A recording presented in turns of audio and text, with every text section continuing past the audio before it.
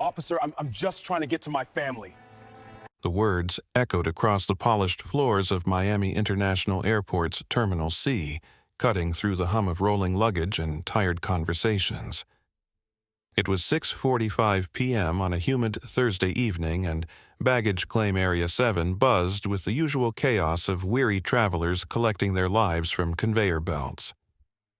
Staff Sergeant Marcus Williams stood perfectly still, his hands visible, his posture respectful, despite the exhaustion written across his face.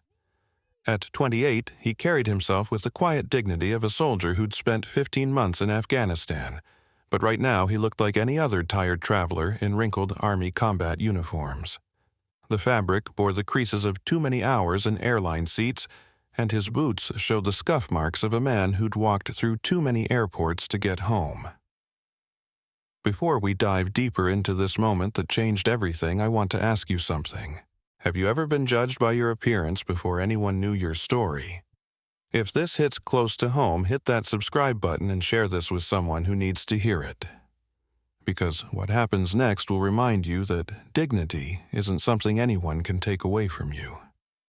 Marcus had been standing by carousel number 4 for exactly 3 minutes when Detective Sophia Hartwell first noticed him.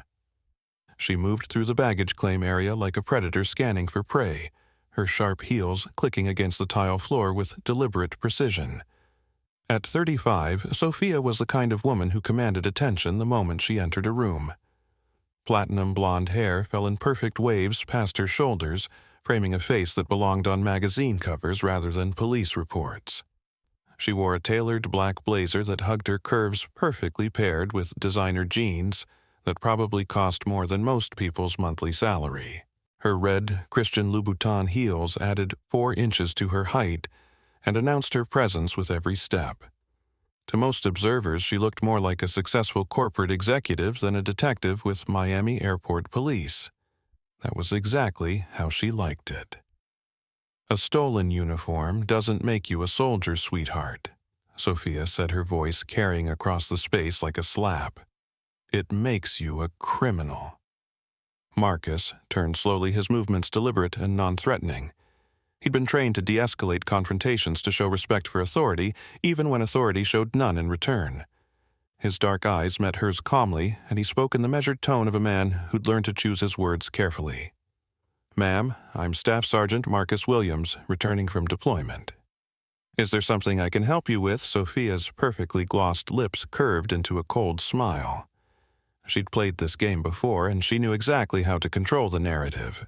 Behind her, 2 officers flanked her position like backup dancers in a choreographed performance.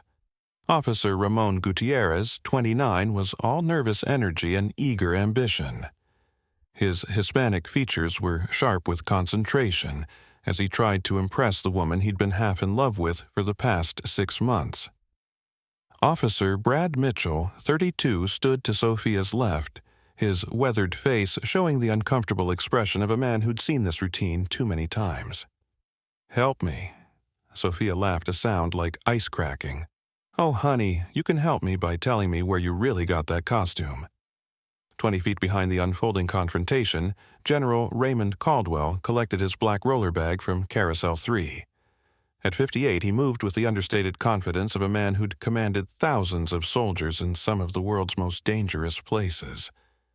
Today, he wore civilian clothes, a navy blazer, khaki slacks, and a crisp white Oxford shirt. Nothing about his appearance screamed military authority, but everything about his bearing whispered of command presence. Caldwell's gray eyes, sharp as steel, locked onto the scene developing near Carousel 4. He recognized the soldier immediately. Staff Sergeant Marcus Williams, the medic who'd saved his son's life 8 months ago in Afghanistan. The man who'd held Lieutenant James Caldwell's severed artery for 12 minutes while waiting for medical evacuation, keeping the general's only child alive with nothing but pressure from his bare hands and sheer determination. The general stopped walking. His jaw tightened as he watched Sophia circle Marcus like a shark smelling blood in the water. "I need to see some identification," Sophia said, extending her hand with the authority of someone accustomed to immediate compliance. Marcus reached into his cargo pocket without hesitation, producing his military ID card and handing it over. "Of course, ma'am. My orders and leave papers are in my bag if you need those as well."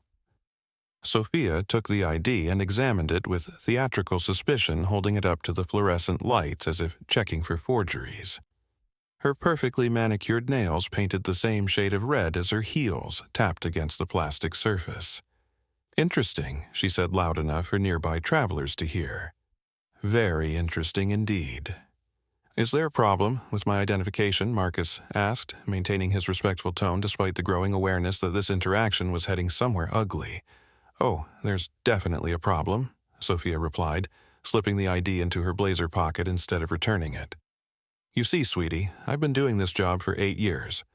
I know a fake military ID when I see one." The words hit the air like a physical blow. Several travelers stopped what they were doing, phones coming out of pockets and purses. Someone started recording. The low murmur of conversation shifted to the tense silence of strangers witnessing something that felt very wrong. Marcus blinked, his composure wavering for just a moment. "Ma'am, I assure you that identification is genuine. I'm returning from a 15-month deployment with the 3rd Brigade Combat Team 101st Airborne Division. If there's some confusion. Sophia's laugh was sharp enough to cut glass. "Oh, honey, the only confusion here is yours if you think I'm buying this little performance." She gestured to Raymond, who immediately stepped forward like a trained dog responding to his master's whistle. "Officer Gutierrez, I want you to search this man's belongings. Thoroughly." Ramon's dark eyes lit up with enthusiasm. He'd been waiting months for a chance to impress Detective Hartwell, and this seemed like his moment to shine. He grabbed Marcus's olive drab duffel bag from where it sat beside the carousel and hefted it onto a nearby bench. "Wait," Marcus said, his voice carrying a note of urgency for the first time. "That bag contains personal items for my family, my daughter's gifts." Your daughter Sophia's eyebrows arched in mock surprise. "You mean your fictional daughter, the one you made up to go with your stolen uniform story?" She turned to the growing crowd of onlookers, playing to her audience like a seasoned performer.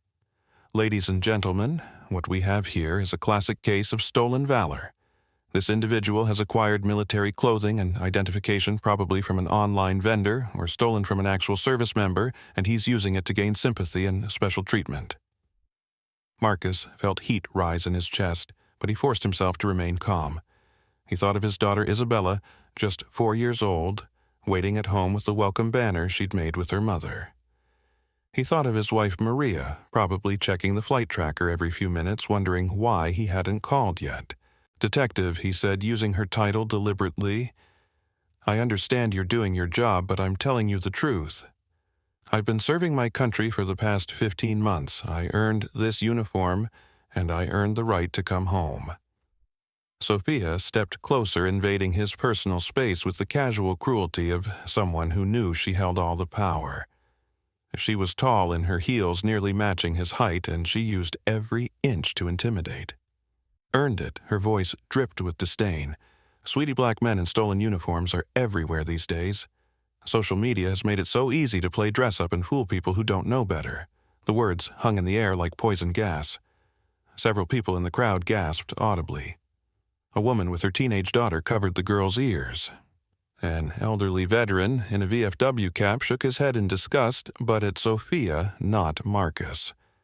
Ramon had begun dumping the contents of Marcus's bag onto the bench, handling each item with unnecessary roughness. Military-issued clothing fell to the floor. A shaving kit scattered its contents across the tile. And then Ramon's hands found the purple teddy bear that Marcus had carried across 2 continents and through 3 combat zones. "What's this?" Ramon asked, holding up the small stuffed animal. "That's for my daughter." Marcus said, his voice tighter now. "Her name is Isabella. She's 4 years old, and purple is her favorite color." Sophia's cold smile widened. "How convenient. A prop for your little story." She nodded to Ramon, who grinned and deliberately dropped the teddy bear onto the floor. Before Marcus could react, Brad Mitchell stepped forward and whether by accident or design, brought his heavy boot down directly on the small toy. "Oops," Brad muttered, but there was no sincerity in the apology. Marcus stared at the crushed teddy bear, its purple fur now dusty from the airport floor. One of its button eyes popped loose and rolling away into the crowd. For 15 months, that bear had been his promise to his daughter. Through mortar attacks and convoy missions, through the heat of Afghan summers and the cold of mountain nights, it had represented the love waiting for him at home. Now it lay broken on the floor of Miami International Airport, destroyed by people who were supposed to protect and serve. "You have no idea what you just did," Marcus said quietly, his voice carrying a dangerous edge for the first time. Sophia laughed, delighted by his reaction. "Oh, I think I have a pretty good idea, sweetie. I destroyed evidence in your little costume party." General Caldwell watched from his position 20 feet away, his hands clenched into fists at his sides. Every instinct screamed at him to intervene to end this travesty before it went any further. But he'd been in command long enough to recognize when larger forces were at work. This wasn't random. This wasn't just bias. This was predatory behavior by someone who'd clearly done this before. His phone buzzed with a text message. His wife asking if he'd landed safely. He ignored it, keeping his focus on the scene unfolding before him. He pulled out his phone and began recording, staying far enough back to avoid detection. "I need you to get down on your knees," Sophia said suddenly, her voice carrying a new edge of authority. The crowd fell silent. Several people stepped back, instinctively recognizing that they were witnessing something that would haunt them for years to come. Marcus stared at her. "Excuse me." "You heard me, sweetheart. Hands behind your head, down on your knees. You're under arrest for possession of fraudulent identification and stolen government property." "This is insane," said a voice from the crowd. A young woman with her phone held high was live-streaming the encounter. "This man hasn't done anything wrong." Sophia's head snapped toward the voice like a predator identifying a threat.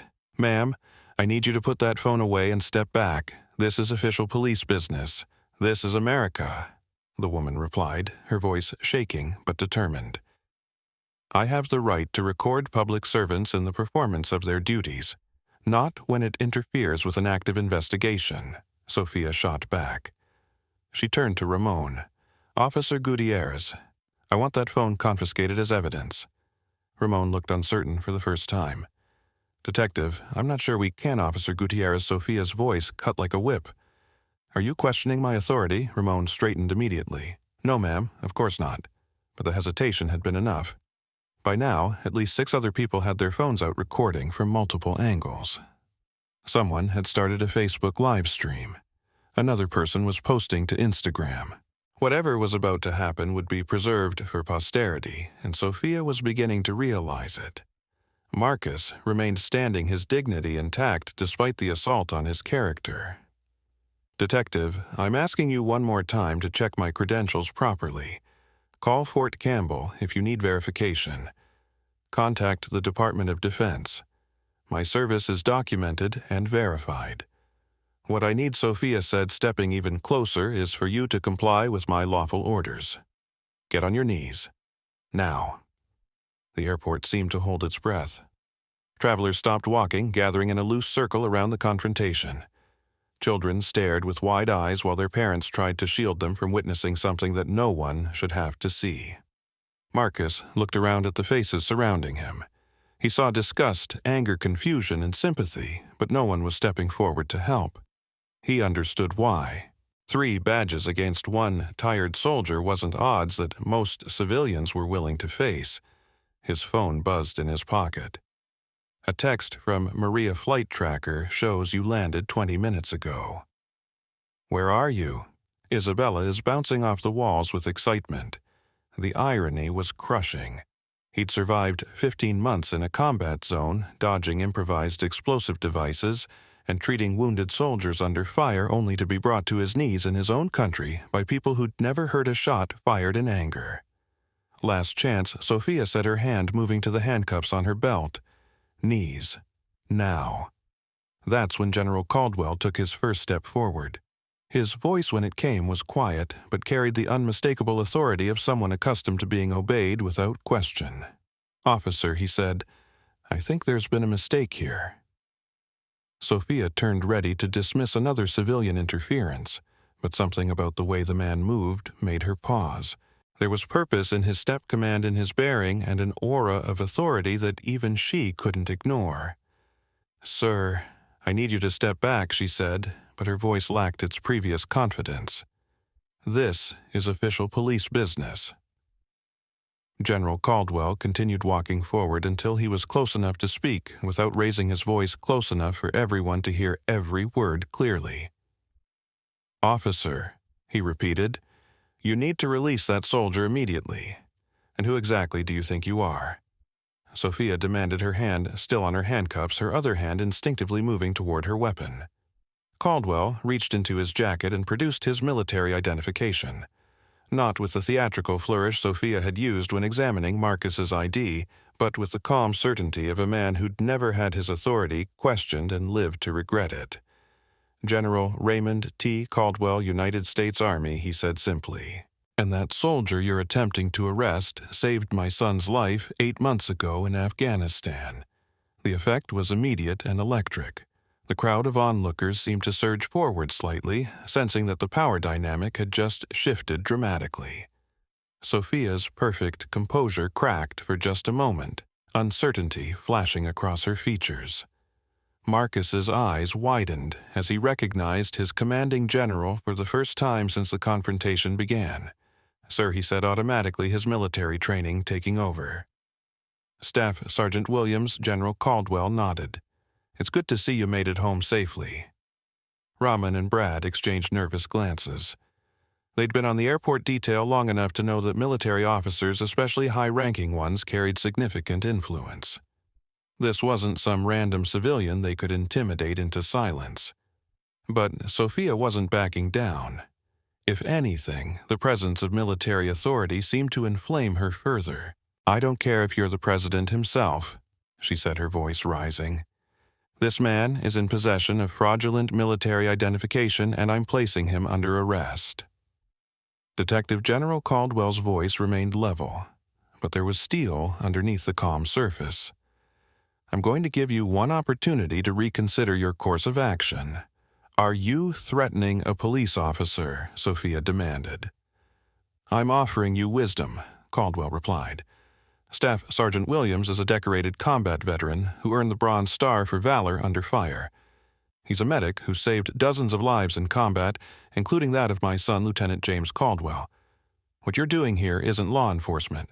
It's harassment based on prejudice, and it's being recorded by at least a dozen witnesses." The general's words hit the crowd like a revelation. Murmurs rippled through the onlookers. Someone shouted, "Thank you for your service." Another voice called out, "This is disgusting." But Sophia was too far down the path to turn back now. Her entire identity was built on control, on the power she wielded through badge and beauty, and she wasn't about to let some military officer undermine her authority in front of a crowd. "I've heard enough," she said, pulling out her handcuffs with a sharp, metallic snap. "Staff Sergeant Williams, or whoever you are, you're under arrest for possession of fraudulent identification, stolen government property, and interfering with a police investigation." She'd stepped toward Marcus, cuffs extended, but found her path blocked by General Caldwell's solid presence. "Detective," he said, and now his voice carried the full weight of command authority, "if you place those handcuffs on Staff Sergeant Williams, you'll be arresting a decorated American hero in front of dozens of witnesses, all of whom are recording this encounter. I promise you that the consequences will follow you for the rest of your career and beyond." For a moment, Sophia hesitated. She looked around at the crowd, at the phones pointed in her direction, at the faces filled with anger and disgust. But her pride and prejudice had carried her too far to stop now. "Step aside, General, or I'll arrest you for obstruction as well." That's when General Caldwell smiled. It wasn't a pleasant expression. "Detective Hartwell," he said, and the fact that he knew her name sent a chill through her confidence. "I think you should know that I've been recording this entire encounter. And in about 30 seconds, my aide is going to receive a text message with your badge number, your name, and a video file showing everything that's happened here tonight." He held up his phone, showing that he'd been recording since before he'd even approached. "But more importantly, you should know that Staff Sergeant Williams didn't just save any soldier in Afghanistan, he saved my son." The words hit the crowd like a physical wave. Several people gasped audibly. The woman who'd been live streaming said, "Oh my God," and her phone captured every word. General Caldwell continued, his voice carrying to every corner of the baggage claim area. 8 months ago, Lieutenant James Caldwell was trapped under a burning vehicle after an IED attack. His femoral artery was severed and he was bleeding out in the Afghan desert. Staff Sergeant Williams crawled under that burning vehicle, held my son's artery closed with his bare hands for 12 minutes while waiting for medical evacuation, and saved his life. He paused, letting that sink in. "The man you're attempting to arrest didn't just serve his country detective, he gave me back my son. He gave my wife back her child. And now you want to humiliate him in front of his fellow Americans because you think his skin color means he can't possibly be the hero he actually is." The silence that followed was deafening. Even Sophia seemed stunned by the revelation, her handcuffs still extended but forgotten in her hand. Marcus stood perfectly still, overwhelmed by the moment. He'd never known that the lieutenant he'd saved was General Caldwell's son. In the chaos of combat, you did your job and moved on. You didn't ask about connections or relationships, you just tried to bring everyone home alive. Now, General Caldwell continued, "You have a choice, Detective. You can apologize to Staff Sergeant Williams for this inexcusable treatment, return his identification, and walk away with whatever dignity you have left. Or you can escalate this situation and discover exactly what happens when a general officer decides to make someone's misconduct a national news story." The crowd waited, phones recording witnesses ready to testify to whatever happened next. Sophia Hartwell, for the first time in 8 years of wielding badge authority like a weapon, found herself facing someone who wielded real power, someone who could end her career with a single phone call, someone who commanded respect through service rather than demanding it through intimidation. But rather than backing down, Sophia's eyes hardened with the fury of someone whose worldview was being challenged. She looked at Marcus, then at General Caldwell, then at the crowd of witnesses recording her every move. And then she made the worst decision of her professional life. "I don't care whose son he saved," she said, her voice carrying an edge of desperation mixed with defiance. "Rules are rules. Law is law. And I'm placing this man under arrest." She stepped forward again, reaching for Marcus's wrist with the handcuffs. That's when General Caldwell moved not aggressively but with the decisive action of someone trained to protect those under his command. "Detective," he said, placing himself directly between Sophia and Marcus. "If you want to arrest Staff Sergeant Williams, you'll have to go through me first." The tension in Baggage Claim Area 7 had reached a breaking point. General Caldwell stood like an immovable force between Detective Sophia Hartwell and Staff Sergeant Marcus Williams, his presence radiating the kind of authority that came from 3 decades of military command. Behind him, Marcus remained at attention, processing the revelation that his commanding general was not only present, but actively defending him. "You're making a serious mistake," General Sophia said, her voice tight with barely controlled fury.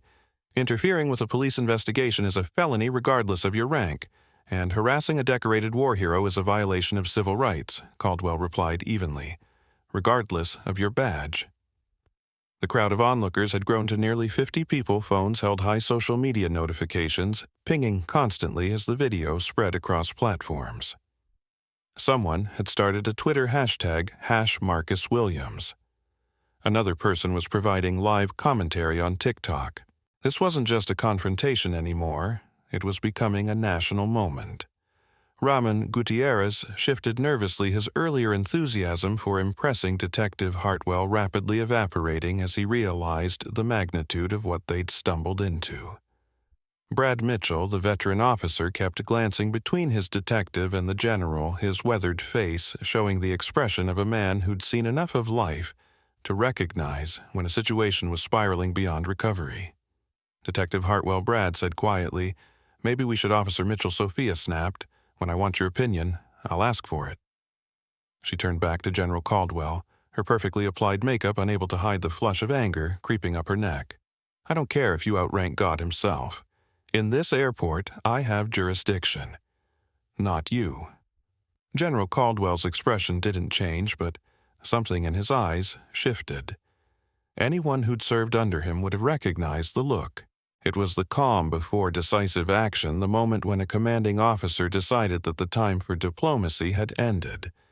"Tell me, Detective," he said conversationally, "how many Bronze Star recipients have you arrested in your career?" The question caught Sophia off guard.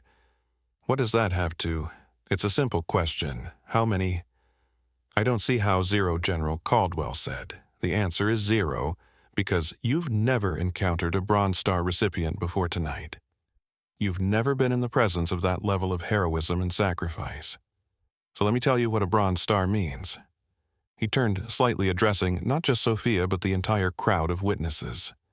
His voice carried the practiced cadence of someone accustomed to briefing rooms and command decisions.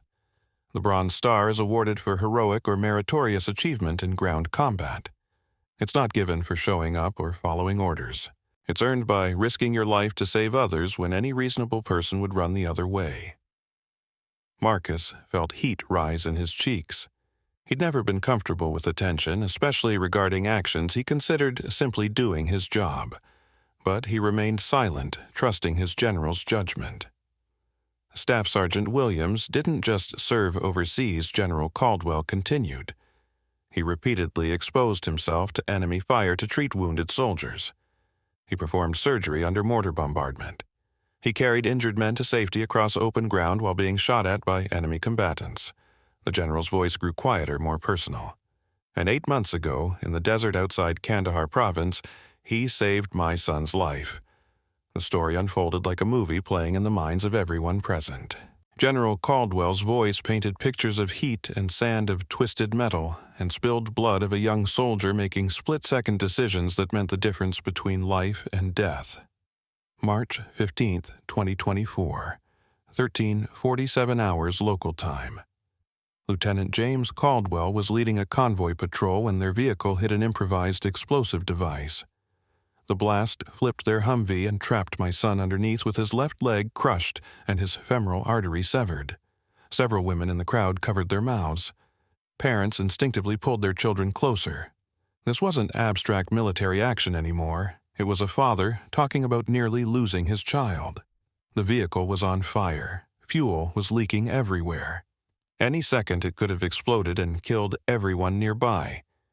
Standard protocol in that situation is to establish a safe perimeter and wait for specialized equipment to extract casualties. General Caldwell's eyes found Marcus, and for a moment the command mask slipped, revealing a father's gratitude. Staff Sergeant Williams ignored protocol. He crawled under that burning vehicle, found my son bleeding out in the sand, and held his artery closed with his bare hands. For 12 minutes, while the vehicle burned above him, while enemy small arms fire cracked overhead, while everyone around him was shouting for him to get back to safety. The baggage claim area had gone completely silent except for the distant hum of the conveyor belts. Even Sophia seemed transfixed by the story. 12 minutes, the general repeated. Do you know how long 12 minutes is when you're holding someone's life in your hands, when every second feels like an hour?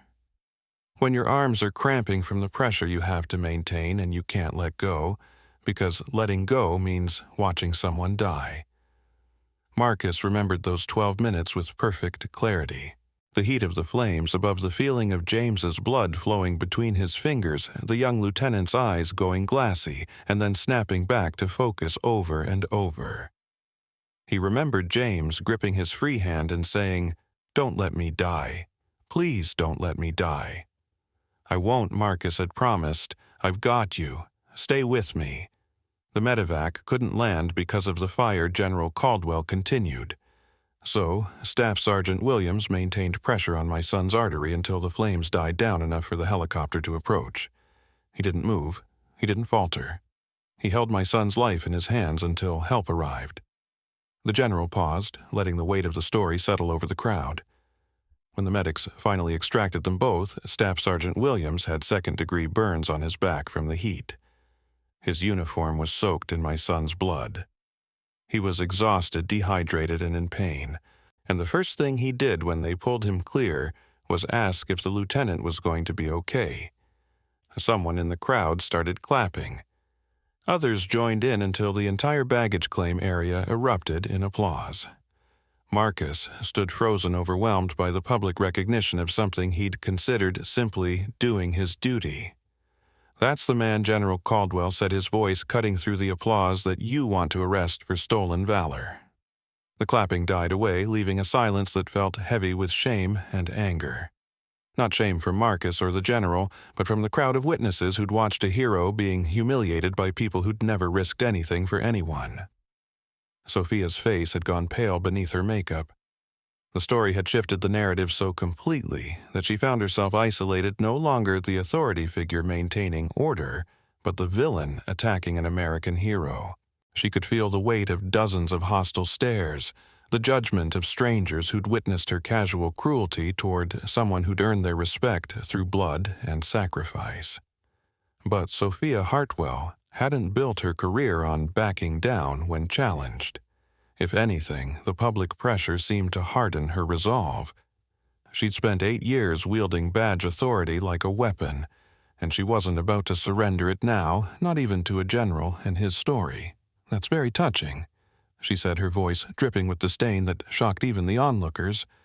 "But heroic stories don't change the law.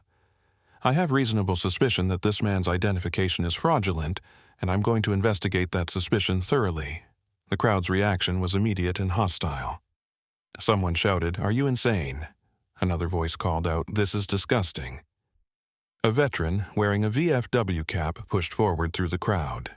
Detective the veteran said, his voice carrying the authority of someone who'd worn the uniform himself. "I served 2 tours in Vietnam. I know what a real soldier looks like, and I know what a real hero looks like. You're harassing both." Sophia turned on him with a vicious precision. "Sir, I need you to step back immediately, or you'll be arrested for interfering with police business." "Lady," the veteran replied, "I didn't fight for my country, so cops like you could come home and harass the people who fought after me." The exchange crystallized something for the watching crowd. This wasn't just about Marcus Williams anymore. This was about respect for military service, about dignity, about the way American heroes should be treated when they came home from war. General Caldwell watched the crowd dynamics carefully. He'd seen enough public relations situations to understand when momentum was shifting. But he also understood that mob anger, even righteous anger, could spiral out of control quickly. He needed to de-escalate the crowd while still protecting Marcus. "Detective Hartwell," he said, his voice carrying the tone he used for final warnings, "I'm going to offer you one last opportunity to resolve this professionally. I don't negotiate with 'you're not negotiating.'" General Caldwell interrupted. "You're listening. Because in about 30 seconds, my aide is going to receive a video file of everything that's happened here tonight. That video will be forwarded to your police chief, your mayor, the local news media, and the Pentagon's Public Affairs Office."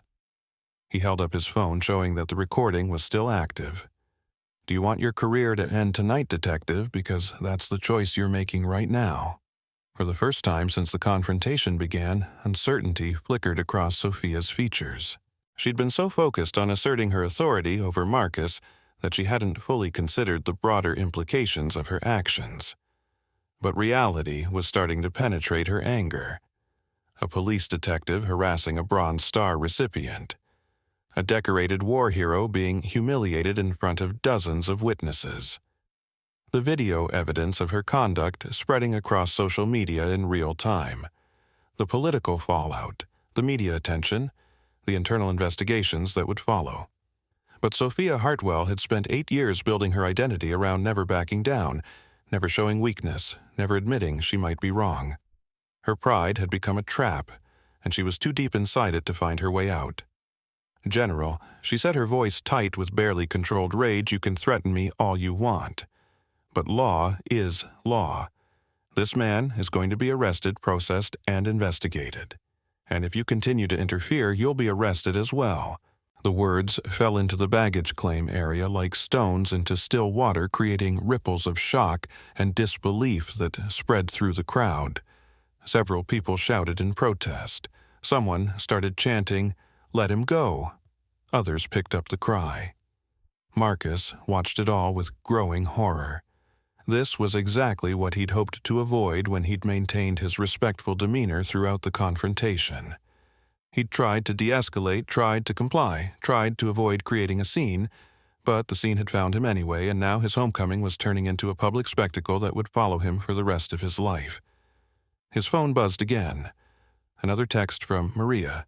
"Baby, what's wrong? You always call when you land. Isabella is starting to cry because she thinks something happened to you." The irony was crushing. He'd survived 15 months in Afghanistan, dodging bullets and improvised explosive devices, treating wounded soldiers under enemy fire, only to be detained in his own country by people who'd never heard a shot fired in anger. Detective General Caldwell said, and now his voice carried an edge that made everyone within hearing distance pay attention. "I've given you multiple opportunities to do the right thing. You've declined all of them. So, now we're going to do this the hard way." He speed-dialed a number on his phone. When the call connected, his voice carried the unmistakable tone of someone issuing orders that would be obeyed without question. "Colonel Patterson, this is General Caldwell. I need you to contact General Morrison at Pentagon Public Affairs immediately. We have a situation developing at Miami International Airport involving the harassment of a Bronze Star recipient by local law enforcement. Yes, it's being recorded. Multiple angles. Social media is already active. Staff Sergeant Marcus Williams, 3rd Brigade Combat Team."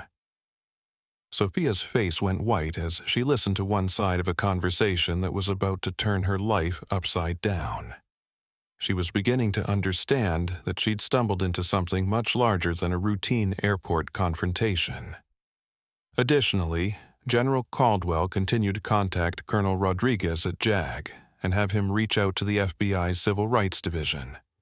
This appears to be a pattern-based violation of federal civil rights statutes. "Yes, I'll hold."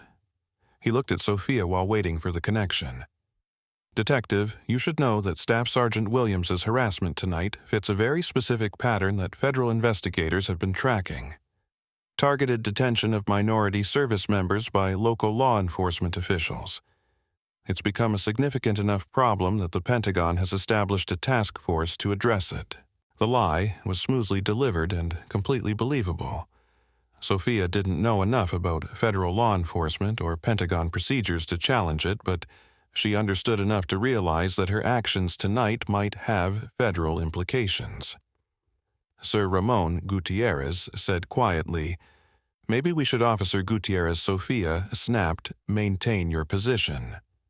But Ramon was beginning to understand that maintaining his position might mean maintaining his position in an unemployment line. He'd been a cop long enough to recognize when a situation was escalating beyond local control, and federal involvement was not something that airport police were equipped to handle. General Caldwell's phone conversation continued, each word driving another nail into Sophia's professional coffin. "Colonel Rodriguez, General Caldwell. I need immediate consultation on federal civil rights violations involving military personnel. Currently in progress, Miami International Airport. Yes, being recorded from multiple angles. Understood. I'll forward the video file within the hour." He ended the call and looked directly at Sophia. "Detective Hartwell, in approximately 15 minutes, you're going to receive a phone call from your chief. As he's going to order you to release Staff Sergeant Williams immediately and report to his office for an emergency briefing. Federal investigators will want to interview you regarding tonight's incident and any similar incidents involving military personnel over the past several years." The words hit Sophia like physical blows. Federal investigation, pattern-based violations, emergency briefings, internal affairs reviews, media attention, civil rights lawsuits, career termination. She looked around at the crowd of witnesses at the phones, still recording her every word and action at the decorated war hero she'd been trying to arrest at the general who'd just orchestrated her professional destruction with a few phone calls. For 8 years, Detective Sophia Hartwell had used her badge and her beauty to control situations and people. She'd targeted those she considered vulnerable minorities, immigrants, working-class travelers who couldn't fight back against police authority. She'd built her identity around power and control, around never backing down, never admitting error. But tonight, she'd picked the wrong target. She'd attacked a decorated war hero in front of his commanding general, all while being recorded by dozens of witnesses. She'd revealed the ugly prejudice that had driven her actions for years, and now that prejudice was about to destroy everything she'd built. The crowd waited in tense silence for her response. Marcus stood perfectly still, maintaining his military bearing despite the chaos swirling around him. General Caldwell watched with the patience of someone who'd commanded troops in combat, someone who understood that decisive action often required perfect timing. And somewhere in the crowd, social media was exploding with outraged support and calls for justice that would reach millions of people before the night was over. Sophia Hartwell, for the first time in her adult life, found herself completely out of control of a situation she'd created. The power she'd wielded so casually for so many years was slipping through her fingers like sand, and there was nothing she could do to stop it. But rather than accepting defeat, rather than choosing grace or dignity or simple human decency, Sophia made the decision that would haunt her for the rest of her life. She reached for her handcuffs again. "I don't care about your phone calls or your threats," she said, her voice rising to nearly a shout. "I don't care about your general or your son or your Bronze Star. Rules are rules, and this man is under arrest." The crowd erupted in shocked disbelief. Someone screamed, "No!" Another voice shouted, "This is America." The veteran who'd spoken earlier pushed forward again, his face red with fury. General Caldwell stepped between Sophia and Marcus once more, but this time his posture had shifted from protective to something much more dangerous. "Detective," he said quietly, his voice carrying a deadly calm that silenced the crowd, "you just made the biggest mistake of your life." And that's when Marcus Williams, Staff Sergeant, United States Army Bronze Star recipient, the man who'd saved a general's son in the desert of Afghanistan, finally found his voice. "No," he said, his word carrying across the baggage claim area like a gunshot. General, with respect, let her do it. Everyone turned to stare at him. General Caldwell's eyebrows rose in surprise. Sophia hesitated, uncertainty flickering across her face. Marcus stepped forward, moving around his general's protective stance, and looked directly at Detective Sophia Hartwell. "You want to arrest me?" he said, his voice carrying 15 months of combat experience, 8 years of military service, and a lifetime of dignity that no badge could ever take away. "Then do it. Put your handcuffs on a Bronze Star recipient. Arrest an American war hero in front of 50 witnesses. Let the whole world see exactly who you are." The challenge hung in the air like smoke from a battlefield. Everyone understood that Marcus wasn't surrendering. He was calling Sophia's bluff, forcing her to follow through on her threats in front of cameras and witnesses and federal attention that would destroy her career. Sophia's hands shook slightly as she held the handcuffs. This wasn't how things were supposed to go. She was supposed to be in control. She was supposed to have the power. But somehow the man she was trying to arrest had just seized command of the entire situation.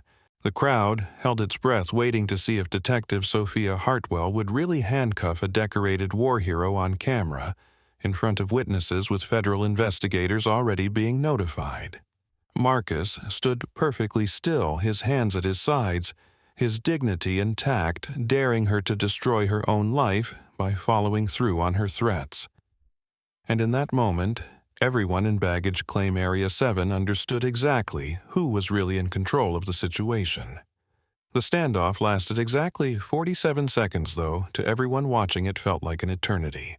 Detective Sophia Hartwell stood frozen with handcuffs extended, facing the impossible choice between backing down in front of dozens of witnesses or arresting a decorated war hero on camera, with federal investigators already being notified. Marcus Williams waited with the patience of someone who'd held wounded soldiers together while under enemy fire, his quiet dignity more powerful than any show of force. General Caldwell stood ready to intervene if necessary, but he recognized that Marcus had seized control of the moment and was handling it with the same courage he'd shown on Afghanistan battlefields. The crowd held its breath phones recording social media notifications, creating a constant digital buzz as the video spread across platforms faster than anyone could track. Then Sophia's phone rang. The sharp electronic tone cut through the tense silence like a blade. She glanced at the display and her face went pale. The caller ID showed exactly what General Caldwell had predicted, Chief Daniel Morrison. "Answer it," General Caldwell said quietly. "On speaker." Sophia's hands trembled slightly as she accepted the call and activated the speaker function. Chief Morrison's voice filled the baggage claim area, carrying the tone of a man dealing with a crisis that was spiraling beyond his control. "Hartwell, where the hell are you, and what the hell is going on down there, Chief? I'm at baggage claim area 7 dealing with a stolen valor case." "Stolen valor?" Morrison's voice rose to a near shout. "Hartwell, I just got off the phone with the Pentagon." "The Pentagon? They're telling me you're harassing a Bronze Star recipient who saved a general's son. Tell me they're wrong." Sophia looked around desperately as if seeking some escape from the trap she'd built for herself. "Chief, the situation is more complicated than—" "The situation," Morrison interrupted, "is that I have the mayor calling me. I have federal investigators requesting video footage, and I have social media posts going viral showing one of my detectives humiliating a war hero. So let me ask you again, are you currently detaining Staff Sergeant Marcus Williams?" The question hung in the air like an accusation. Everyone in the crowd could hear the fury and panic in the chief's voice. This wasn't just about Sophia anymore. Her actions were threatening the entire department. "I was conducting a routine investigation of suspicious Hartwell." Morrison's voice cracked like a whip. "Answer the goddamn question. Are you currently detaining Staff Sergeant Marcus Williams?" Sophia's perfect composure finally cracked completely. "Yes, but release him. Immediately. Return his identification. Apologize. And get your ass to my office right now. Chief, I can't just— you can and you will. That's a direct order, Detective. Release Staff Sergeant Williams immediately, or you'll be suspended before you make it back to your car." The crowd erupted in applause and cheers. Someone shouted, "About time," another voice called out justice. The veteran, who'd spoken earlier, nodded grimly, recognizing the sound of authority being properly exercised. But Sophia wasn't finished. 8 years of never backing down, never admitting error, never surrendering control had created a psychological trap that she couldn't escape even when faced with direct orders from her superior. "Chief Morrison," she said, her voice carrying a desperate edge, "I have reasonable suspicion that this man's military identification is fraudulent. Federal law requires me to investigate Hartwell." Morrison's voice had gone deadly quiet, the kind of calm that seasoned police officers recognized as the prelude to career-ending consequences. "Let me explain something to you. In the past 30 minutes, I've received calls from the Pentagon, the FBI's Civil Rights Division, the Mayor's Office, and 3 different news organizations. Video of your conduct tonight is currently trending on Twitter, Facebook, and TikTok with over 200,000 views and climbing." The numbers hit the crowd like a physical impact. 200,000 people had already seen Detective Sophia Hartwell humiliating a war hero. By morning, it would be millions. Morrison continued, his voice carrying the tone of someone delivering a death sentence. "The Bronze Star recipient you're harassing saved the life of Lieutenant James Caldwell, son of General Raymond Caldwell, who is currently standing right there watching you destroy our department's reputation on live video. So when I tell you to release Staff Sergeant Williams immediately, I'm not offering you a suggestion. I'm giving you a direct order that might be the only thing standing between you and federal civil rights charges." Silence fell over the baggage claim area. Even the normal sounds of airport activity seemed muted, as if the entire terminal was holding its breath. Sophia looked around at the faces surrounding her, the hostile crowd, the recording phones, the decorated war hero she'd been trying to arrest, the general who'd just orchestrated her professional destruction. She was trapped in a corner of her own making, with no way out, except through the complete destruction of everything she'd built. But pride, that deadly sin that had driven her actions for 8 years, refused to let her surrender gracefully. "I don't care," she said, her voice rising to nearly a scream. "I don't care about your phone calls or your federal investigators or your social media. This man was under arrest, and I'm taking him in." She lunged forward with the handcuffs, trying to grab Marcus's wrist. But Marcus, with reflexes honed by combat experience, simply stepped back, easily avoiding her grasp. "Detective Hartwell," he said calmly, "you're making a mistake that you'll regret for the rest of your life." "The only mistake," Sophia snarled, "was thinking I'd let some fake soldier intimidate me with his stolen uniform and made-up stories." The words hit the crowd like a physical slap. The insult was so outrageous, so obviously driven by prejudice and hatred, that several people gasped audibly. The veteran, who'd been supporting Marcus, pushed forward, his face red with fury. "Lady," he said, his voice carrying the authority of someone who'd earned his opinions in combat, "you just called a Bronze Star recipient a fake soldier," in front of his commanding general. "While being recorded, you're either stupid racist or completely insane." "I'm a police detective," Sophia shot back. "And I don't need lectures from "you're a disgrace," the veteran interrupted. "You're a disgrace to that badge, to law enforcement, and to every American who's ever worn a uniform." The crowd murmured agreement. Someone started chanting, "Shame on you." Others picked up the cry until the entire baggage claim area was filled with angry voices demanding justice. Through it all, Marcus remained perfectly calm, his military bearing intact despite the chaos swirling around him. He'd been trained to maintain composure under stress, and 15 months of combat had given him perspective that few civilians could understand. This wasn't enemy fire or improvised explosive devices. This was just one person's prejudice being exposed in front of witnesses, and that prejudice was destroying itself. General Caldwell watched the scene unfold with the calculated patience of someone who'd commanded troops in complex situations. He understood that sometimes the best leadership meant knowing when not to intervene, when to let events play out naturally to their inevitable conclusion.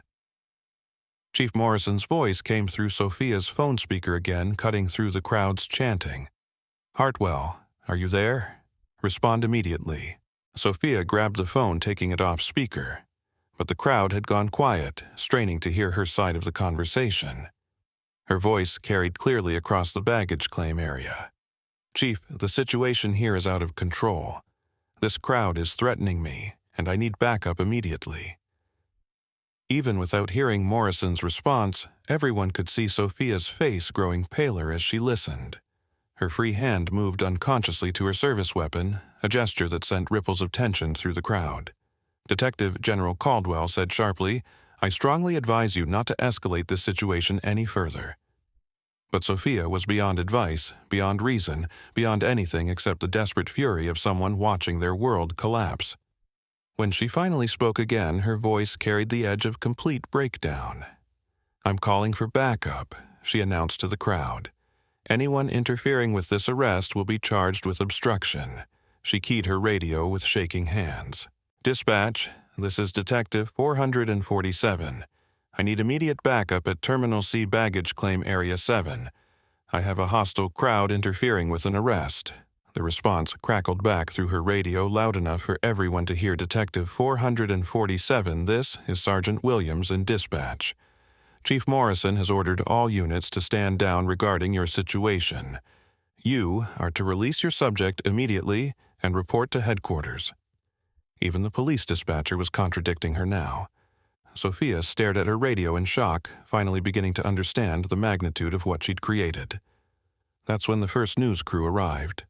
A reporter and cameraman from Channel 7 News pushed through the crowd, having been alerted by social media posts and police scanner traffic.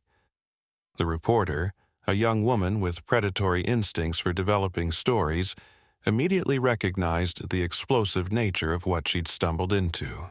"I'm Sarah Martinez with Channel 7 News," she announced, shoving a microphone toward Marcus. "Sir, can you tell us what's happening here?" Marcus looked at the microphone, then at General Caldwell, who nodded, almost imperceptibly. The decision to go public was being made for them by events beyond their control. "My name is Staff Sergeant Marcus Williams, United States Army." Marcus said, his voice carrying clearly across the baggage claim area and into the news camera. "I'm returning home from a 15-month deployment in Afghanistan. I was approached by Detective Hartwell and accused of wearing a stolen uniform and carrying fraudulent identification." "Can you tell us about your service record?" Martinez asked, recognizing that she was getting the story of her career. "I'm a combat medic with the 3rd Brigade Combat Team 101st Airborne Division. I was awarded the Bronze Star for actions in Afghanistan." Marcus paused, looking directly into the camera. "8 months ago, I saved the life of Lieutenant James Caldwell when his vehicle hit an improvised explosive device.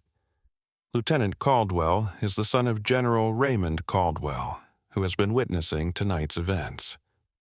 The reporter's eyes widened as she realized the full scope of the story. "General Caldwell, can you confirm Staff Sergeant Williams's account?" General Caldwell stepped into the camera frame, his presence immediately commanding the attention of everyone present. "Staff Sergeant Williams is a decorated war hero who saved my son's life under enemy fire in Afghanistan. What has happened here tonight is a disgrace to law enforcement and an insult to every American who has served their country." The general's words carried the weight of absolute authority, and they were being broadcast live to Channel 7's viewing audience while simultaneously being recorded by dozens of phones and posted to social media. Sarah Martinez turned back to Sophia, who was still standing with handcuffs extended, her perfect appearance now disheveled and her composure completely shattered. "Detective Hartwell, how do you respond to these allegations?" Sophia stared at the camera like a deer caught in headlights. She understood finally and completely that her career was over. The video evidenced the federal attention, the public humiliation, the direct disobedience of orders from her chief. There was no coming back from this. But instead of taking responsibility, instead of apologizing, instead of showing any trace of human decency, Sophia chose to double down one final time. "This man is under arrest," she told the news camera, her voice shaking with rage and desperation. "I don't care who his friends are or what stories they tell. Law is law." She reached for Marcus one more time, but General Caldwell stepped between them with the fluid precision of someone trained in personal protection. "Detective," he said quietly, "if you touch Staff Sergeant Williams, I will personally ensure that federal investigators treat this as a hate crime." The words carried the absolute certainty of someone who commanded that kind of influence. Sophia finally understood that she wasn't just fighting Marcus Williams, or even General Caldwell. She was fighting the United States Army, the Pentagon Federal Civil Rights Investigators, and the Court of Public Opinion, all while being recorded from multiple angles. Her hand fell to her side, the handcuffs dropping to the floor with a metallic clatter that seemed to echo through the suddenly quiet baggage claim area. "This isn't over," she whispered, but everyone could hear that it was. Chief Morrison's voice came through her phone one final time, his tone carrying the finality of a professional execution. "Detective Hartwell, you are hereby suspended pending internal investigation. Turn in your badge and weapon immediately upon return to headquarters." The words hit Sophia like physical blows. Suspended, badge revoked, weapon confiscated, career destroyed. All because she'd let her prejudice and pride override her judgment. As the news crew continued recording and the crowd began to disperse, Marcus Williams finally retrieved his military identification from where Sophia had dropped it. He looked at the crushed purple teddy bear that had been meant for his daughter, and for the first time that evening his composure wavered slightly. General Caldwell placed a hand on his shoulder. "Staff Sergeant, let's get you home to your family." Marcus nodded, shouldering his damaged duffel bag. As they walked away from the chaos they'd survived, neither of them could have imagined that this was just the beginning of a story that would ultimately change policies and careers and transform how American heroes were treated when they came home from war. Behind them, Detective Sophia Hartwell stood alone in the baggage claim area. Her career in ruins, her prejudice exposed, her power stripped away by her own choices. The reckoning had only just begun. 3 weeks later, the federal courthouse in downtown Miami buzzed with media attention as the civil rights investigation into Detective Sophia Hartwell and the Miami Airport Police reached its climax. The hearing room was packed beyond capacity, with overflow crowds watching via live stream, as the nation followed a case that had become a symbol of broader issues surrounding police accountability and veteran respect. Marcus Williams sat at the plaintiff's table wearing his dress blue uniform with the bronze star visible on his chest. He'd initially resisted the formal military attire, preferring civilian clothes, but his attorney had convinced him that the jury needed to see exactly who Sophia Hartwell had attacked that night at the airport. Across the aisle, Sophia Hartwell barely resembled the confident detective who'd wielded badge authority like a weapon just weeks earlier. Gone were the designer clothes and perfect makeup. She sat hunched forward, wearing a simple gray suit, her once perfect blonde hair pulled back in a severe ponytail. The transformation was stark and deliberate, her attorney's attempt to humanize someone who'd become a national symbol of police misconduct. But the most dramatic change was in Sophia's eyes. The cold confidence and casual cruelty had been replaced by something that looked like fear mixed with desperate defiance. She understood that her life as she'd known it was over. The only question now was how complete the destruction would be. Federal prosecutor James Harrison stood to present his opening statement, and his voice carried the weight of the Justice Department's Civil Rights Division. Ladies and gentlemen of the jury, this case is about more than one detective's abuse of power. It's about a pattern of targeting American military personnel based on race, a conspiracy to cover up civil rights violations, and an institutional failure that allowed harassment to continue for years. Harrison moved to the evidence table where enlarged photographs from the airport confrontation dominated the display. You will see video evidence of Detective Hartwell's treatment of Staff Sergeant Marcus Williams, a decorated Bronze Star recipient who served 15 months in Afghanistan. You will hear testimony about the targeting of minority veterans by airport police. And you will learn about a cover-up that reaches the highest levels of law enforcement in Miami-Dade County. Marcus watched the prosecutor present evidence that painted a picture far worse than he'd imagined. This wasn't just about his treatment at the airport. Federal investigators had uncovered a pattern of abuse spanning 4 years involving dozens of victims, all minority veterans or service members traveling through Miami International Airport. The evidence was overwhelming. Body camera footage that had been deliberately deleted, witness statements that had been buried, complaint files that had disappeared from internal affairs databases, a network of corruption that protected officers like Sophia while silencing their victims. The defense will try to convince you that Detective Hartwell's actions were the result of poor judgment or inadequate training, Harrison continued. The evidence will show that her actions were deliberate, targeted, and part of a broader pattern of civil rights violations that she and others engaged in with the knowledge and protection of their superiors. When Harrison finished his opening statement, Sophia's defense attorney rose to present his case. Raymond Caldwell, no relation to the general, was a seasoned criminal defense lawyer who'd built his reputation defending corrupt police officers. His strategy was predictable, but professionally executed. Ladies and gentlemen, Detective Hartwell is not the villain that the prosecution wants you to believe she is. She's a dedicated law enforcement professional who made a mistake in judgment under stressful circumstances. The airport environment is chaotic, dangerous, and requires split-second decisions that are easy to criticize in hindsight, but much more difficult to make in real time. Marcus felt anger rise in his chest as he listened to the defense minimize what had happened. It hadn't been a split-second decision or a mistake in judgment. It had been deliberate, calculated humiliation based on racial prejudice carried out with the casual cruelty of someone who'd done it before and expected to get away with it again.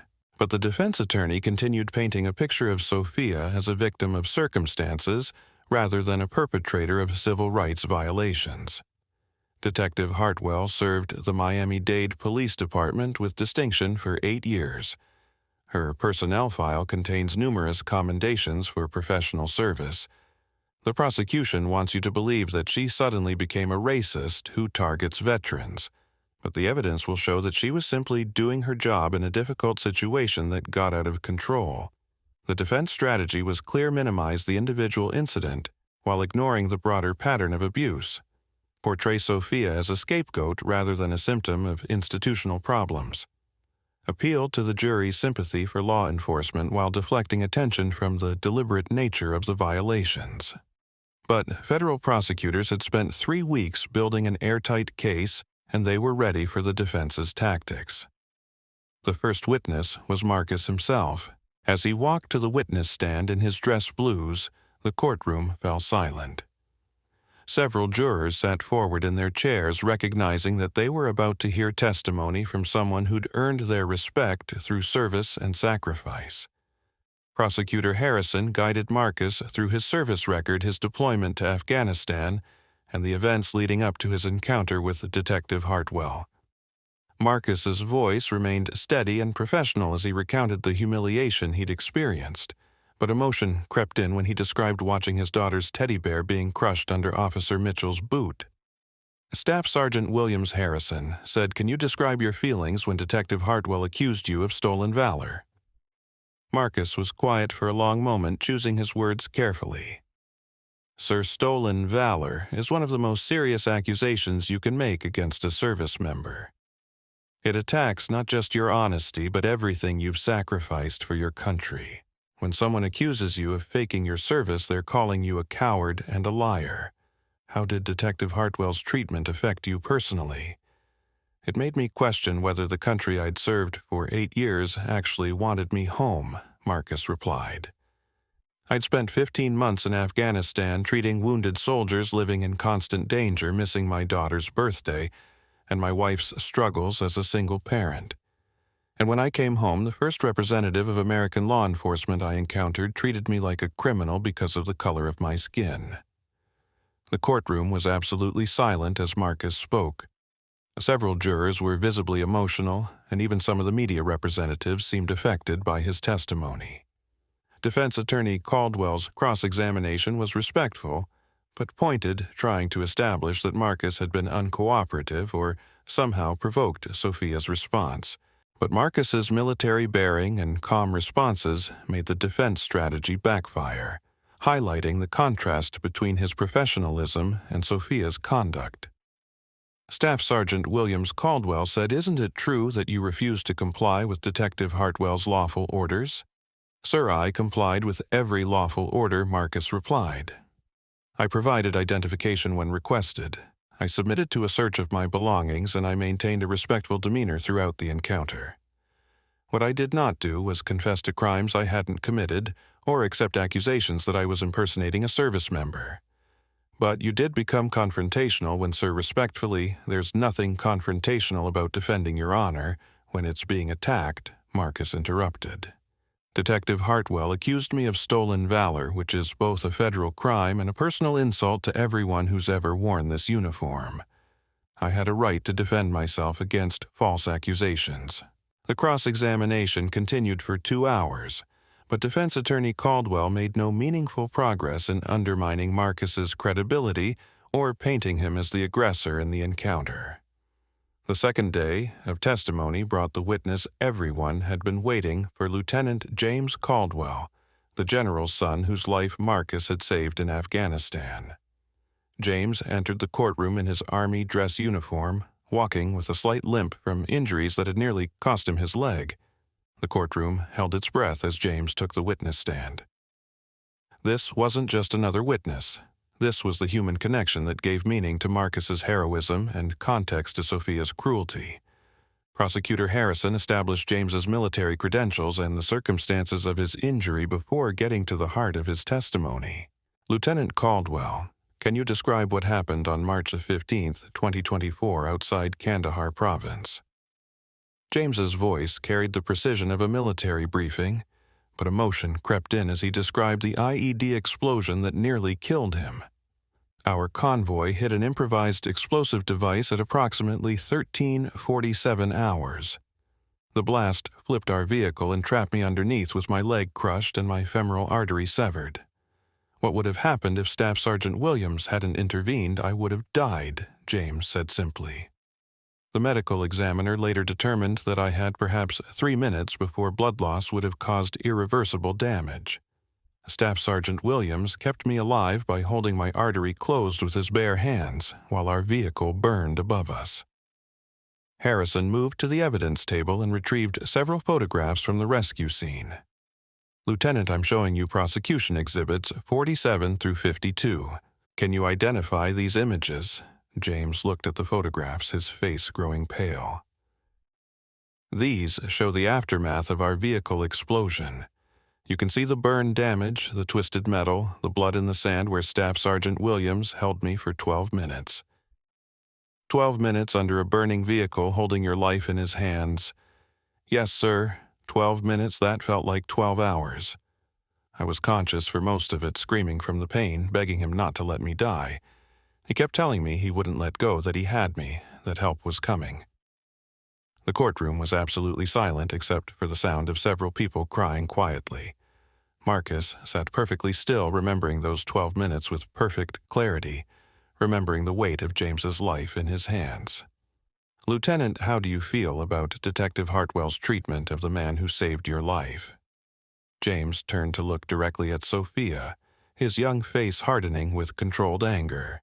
Staff Sergeant Williams is a hero who risked his own life to save mine. He's earned the respect and gratitude of every American. What Detective Hartwell did to him was a disgrace to law enforcement and an insult to every service member who's ever worn the uniform. The impact of James's testimony was immediate and devastating. Several jurors were openly crying. Media representatives typed frantically, knowing they were witnessing the kind of testimony that would be quoted in news reports for years to come. Defense attorney Caldwell's cross-examination of James was brief and respectful, recognizing that attacking the young officer would only backfire with the jury. But he did try to establish that the airport incident was separate from James's rescue, that personal heroism didn't exempt someone from normal law enforcement procedures. Lieutenant Caldwell, he said, while we all appreciate Staff Sergeant Williams's heroism in Afghanistan, wouldn't you agree that police officers have a duty to investigate suspicious circumstances regardless of someone's service record? James's response was immediate and sharp. Sir, there was nothing suspicious about Staff Sergeant Williams's circumstances, except Detective Hartwell's decision to target him based on his race. A professional law enforcement officer would have verified his credentials through proper channels rather than humiliating a war hero in public. The third day of testimony brought the evidence that transformed the case from an individual incident into a federal conspiracy investigation. FBI agent Patricia Sullivan took the witness stand with a thick file of evidence documenting years of abuse by airport police. Agent Sullivan, Prosecutor Harrison began. Can you describe the scope of your investigation into the Miami Airport Police Department?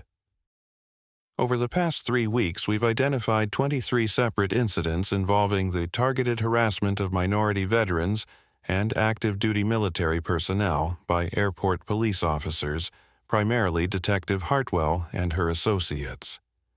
These incidents span a 4-year period and follow a consistent pattern. Sullivan opened her file and retrieved a series of reports. The victims include an Air Force Master Sergeant detained for 2 hours on suspicion of uniform fraud, a Navy petty officer whose military ID was confiscated and held for a week, and a Marine corporal who was strip-searched based on allegations that his dress uniform was stolen. The evidence was overwhelming. Case after case of minority service members being targeted, humiliated, and abused by the same group of officers. Complaint after complaint being buried by supervisors who were either complicit or intimidated into silence. Agent Sullivan, did you find evidence of institutional cover-up? Yes. We identified a pattern of evidence tampering witness intimidation and deliberate obstruction by supervisors including Chief Daniel Morrison, Captain Linda Burke, and Councilman Eduardo Vasquez, who used his political position to pressure victims into dropping their complaints. The conspiracy was broader and more corrupt than anyone had imagined. It wasn't just individual officers abusing their authority, it was an institutional system designed to protect that abuse while silencing victims. The final piece of evidence was the body camera footage that had been recovered from deleted files. The jury watched in stunned silence as Detective Sophia Hartwell smiled into the camera before approaching Marcus saying, "Watch this." I'm going to have some fun.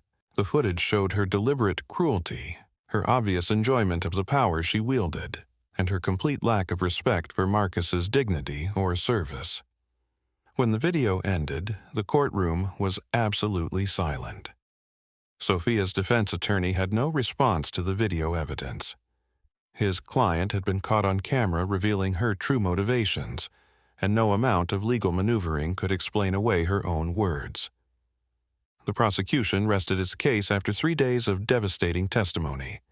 The defense called character witnesses for Sophia fellow officers who testified about her professional service record, but their testimony felt hollow in the face of the video evidence and victim impact statements. When closing arguments began, Prosecutor Harrison summarized the case with the passion of someone who understood its broader significance. Ladies and gentlemen of the jury, this case is about more than Detective Hartwell's individual actions.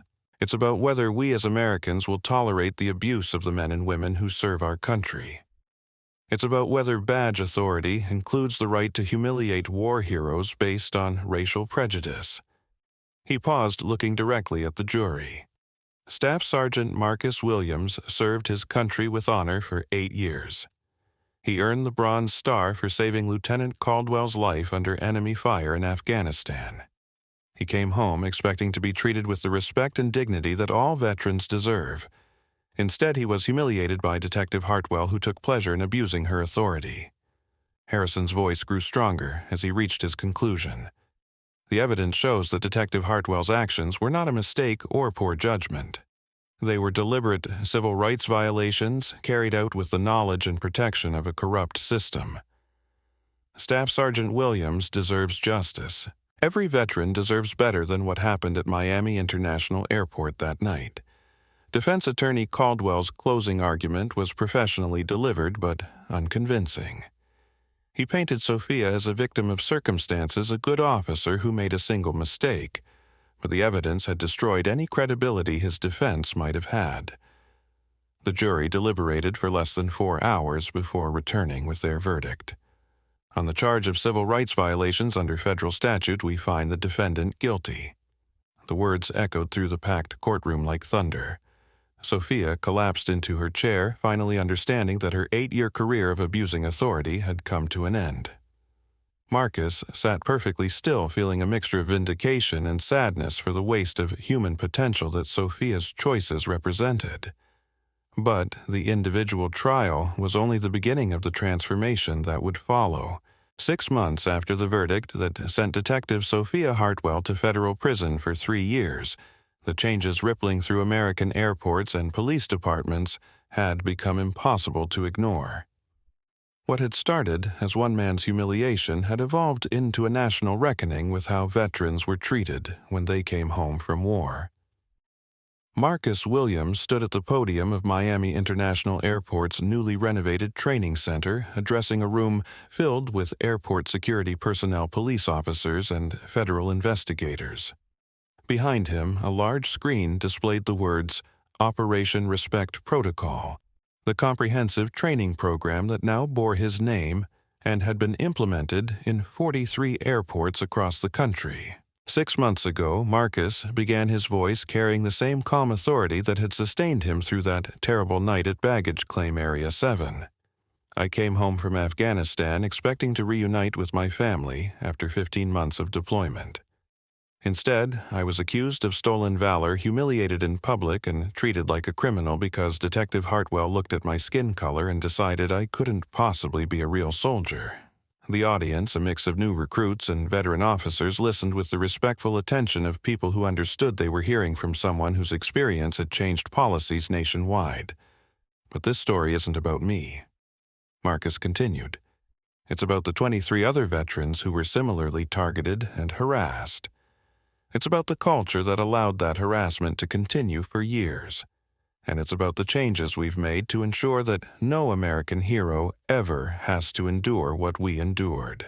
In the front row, General Raymond Caldwell sat beside his son James, both of them wearing civilian clothes but carrying themselves with unmistakable military bearing.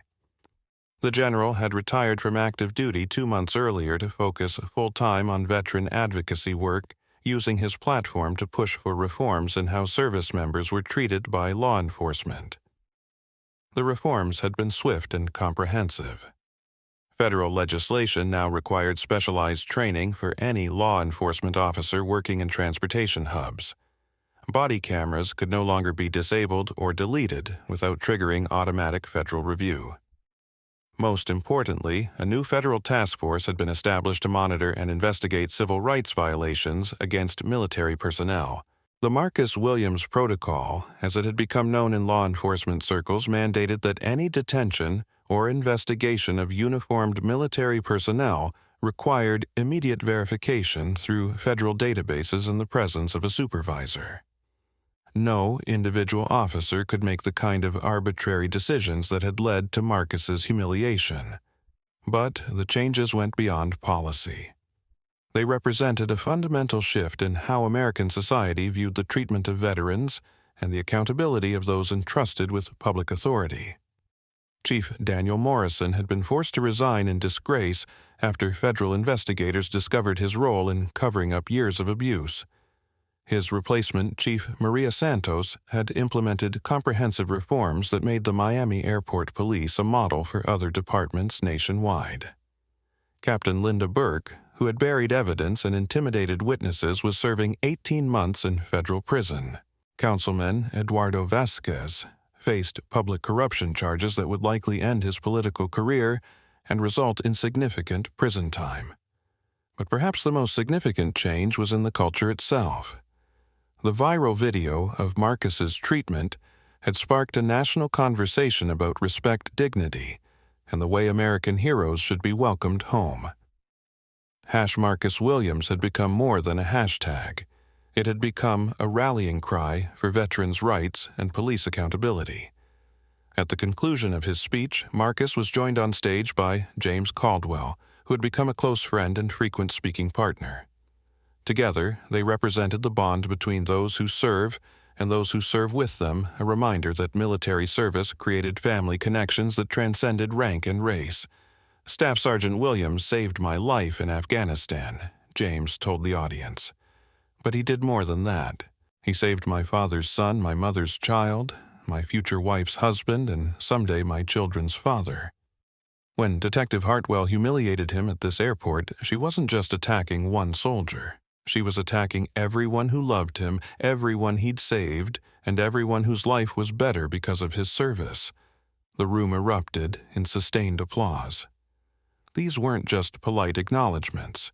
They were emotional responses from people who understood the significance of what they were witnessing. After the formal presentation, Marcus walked through the same baggage claim area where his life had been changed 6 months earlier. The space looked different now, not just physically renovated but transformed by new protocols, better training, and a culture that prioritized dignity over domination. Near carousel number 4, a small plaque had been mounted on the wall. It read, "In honor of all veterans who have served with dignity and deserve to be welcomed home with respect, dedicated to Staff Sergeant Marcus Williams and all those who stand for justice." Marcus paused at the plaque, remembering the crushed purple teddy bear, the handcuffs, the crowd of witnesses, and the moment when General Caldwell had stepped forward to defend him. So much had changed since that night, but the memory of humiliation remained fresh, a reminder of how quickly dignity could be stripped away and how important it was to protect it for others. His phone buzzed with a text message from Maria. "Isabella asks if Daddy is famous now. I told her Daddy is a hero, same as always. We're proud of you. Come home." Marcus smiled, pocketing the phone. Fame wasn't what he'd sought from the experience. Justice had been enough. Change had been better. But knowing that his daughter could grow up in a country where veterans were treated with respect, that was everything. As he walked toward the exit, Marcus passed a group of soldiers in uniform returning from deployment. Airport security personnel approached them with professional courtesy, offering assistance rather than suspicion, treating them as honored guests rather than potential threats. One young soldier, a black woman about Marcus's age when he'd first deployed, looked nervous as security approached. But instead of harassment, she received a welcome home greeting and an offer to help carry her bags. The transformation was real, measurable, and permanent. 3 months later, Marcus received an invitation that would have seemed impossible during those dark moments at Baggage Claim Area 7. The President of the United States was hosting a ceremony at the White House to sign the Veterans Dignity Act, comprehensive federal legislation that established nationwide standards for the treatment of military personnel by law enforcement. Marcus stood in the Rose Garden alongside General Caldwell James and representatives from veteran organizations across the country as the President prepared to sign the bill into law. This legislation, the President said, ensures that American heroes will never again face the kind of treatment that Staff Sergeant Marcus Williams endured. It establishes clear protocols, mandatory training, and federal oversight to protect the dignity of those who have served our nation. The President looked directly at Marcus as he continued. Staff Sergeant Williams' courage in standing up for his dignity, even in the face of harassment, has created lasting change that will protect countless veterans for generations to come. His quiet heroism, first in Afghanistan and then in an airport baggage claim, reminds us that true strength comes from maintaining your principles even when others try to strip away your dignity. As the President signed the legislation, Marcus thought about the journey that had brought him to this moment. From the desert of Afghanistan, where he'd saved a general's son, to the humiliation of Miami International Airport, to the federal courthouse where justice had finally been served, to this Rose Garden ceremony where his experience had been transformed into protection for others.